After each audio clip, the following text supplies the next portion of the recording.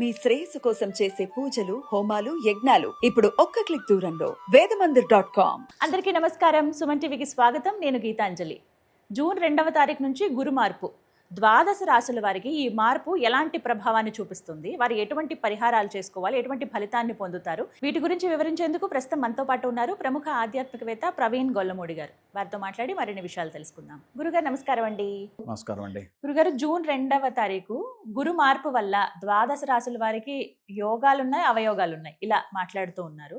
సాధారణంగా గురుడు శుభగ్రహంగానే చెబుతూ ఉంటారండి. ఇంకా ఆయన అంటే శుభాలనే అందిస్తారు, మన జీవితంలో ఎన్నో మార్పులు కూడా తీసుకొస్తారని. మరి ప్రధానంగా ఈ ద్వాదశ రాశుల వారికి ఎలా ఉండబోతోంది, ఎప్పటి వరకు ఇది కంటిన్యూ అవుతుంది, వారు ఎటువంటి జాగ్రత్తలు తీసుకోవాలి, అంటే మంచి జరుగుతుందంటే ఇంకా మంచి కొరకు ఏం చేసుకోవాలి, అలాగే ఒకవేళ చెడు అవుతుంది అని అంటే కనుక మంచి జరగడానికి ఎటువంటి పరిహారాలు చేసుకోవాలి? ముఖ్యంగా బృహస్పతి మిథున రాశి నుంచి కర్కాటక రాశి వైపు ప్రయాణం అండి. కర్కాటక రాశిలో అక్టోబర్ 31 వరకు ఉంటారు. కాబట్టి ఇది కీలకమైనటువంటి సమయం. కర్కాటకం అనేటటువంటిది బృహస్పతి వారికి అత్యంత బలమైనటువంటి స్థానం. దాన్ని పరమోచ్చ భాగం అని అంటారు. ఉచ్చస్థుడై ఉంటాడు. ఉచ్చ నీచ అని రెండు రకాలుగా ఉంటాయి. ప్రతి గ్రహానికి కూడా స్థితిరీత్యా జాతకంలో ఉచ్చ అంటే అత్యంత బలము కలిగినటువంటి ఆ ప్రదేశాన్ని కర్కాటకము, అది ఉచ్చస్థితి. ఈ ఉచ్చస్థితిలో ఉన్నటువంటి బృహస్పతి ఇవ్వలేనిదంటూ ఏది ఉండదని చెప్పారు. అసలు బృహస్పతి ఏమి ఇస్తాడనేది ముందు ఒక్క నిమిషం మనం ఆలోచన చేసుకుంటే, విద్యాకారకస్య బృహస్పతి, విద్యనిచ్చేవాడు బృహస్పతి. స్వర్ణకారకస్య బృహస్పతి, స్వర్ణం అంటే బంగారం ఇచ్చేటటువంటి వాడు బృహస్పతి. పుత్రకారకస్య బృహస్పతి, సంతానకారకుడు పుత్రకారకుడు రెండు కూడా బృహస్పతి. బృహస్పతి ఇవ్వలేనిదంటూ ఏది ఉండదు.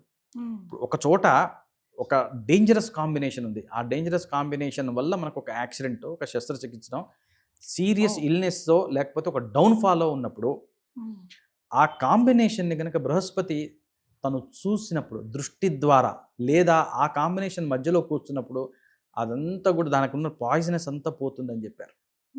ఆయన దృష్టి అమృత సమానము అని చెప్పాడు. ఆయన స్థితి కంటే కూడా దృష్టి చేత బలవంతుడని చెప్పారు. అంటే ఆయన ఉన్నది లగ్నం మీద, కానీ ఆయన సంతాన స్థానాన్ని చూస్తున్నాడు అనుకోండి, వెరీ సక్సెస్ఫుల్ పిల్లలు ఉంటారు వాళ్ళకి. మరో చోట ఉండి జాబ్ని చూస్తున్నాడు, 10th హౌస్ అంటారు. జాబ్ అంటే వృత్తి స్థానం. ఆ వృత్తి స్థానం పైన తన చూపు పడితే విపరీతమైనటువంటి సక్సెస్ జాతకుడు అనుభవిస్తాడు.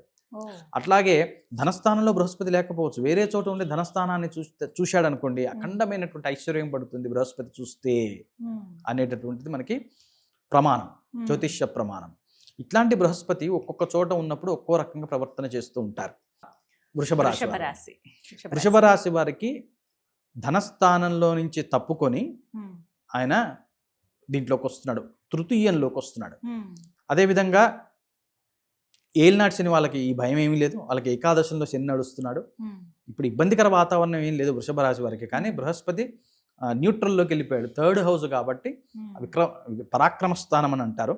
ఎక్కడైనా సరే మీరు పోటీ పడుతున్నప్పుడు చాలా మంచిది. కాంపిటేటివ్ ఎగ్జామినేషన్స్ రాస్తున్నటువంటి వాళ్ళు, ప్రమోషన్ లిస్ట్లో నువ్వు ఉన్నావు, ఒక 10 మందికి ప్రమోషన్ రాబోతోంది, అందులో నువ్వు ఉంటావు.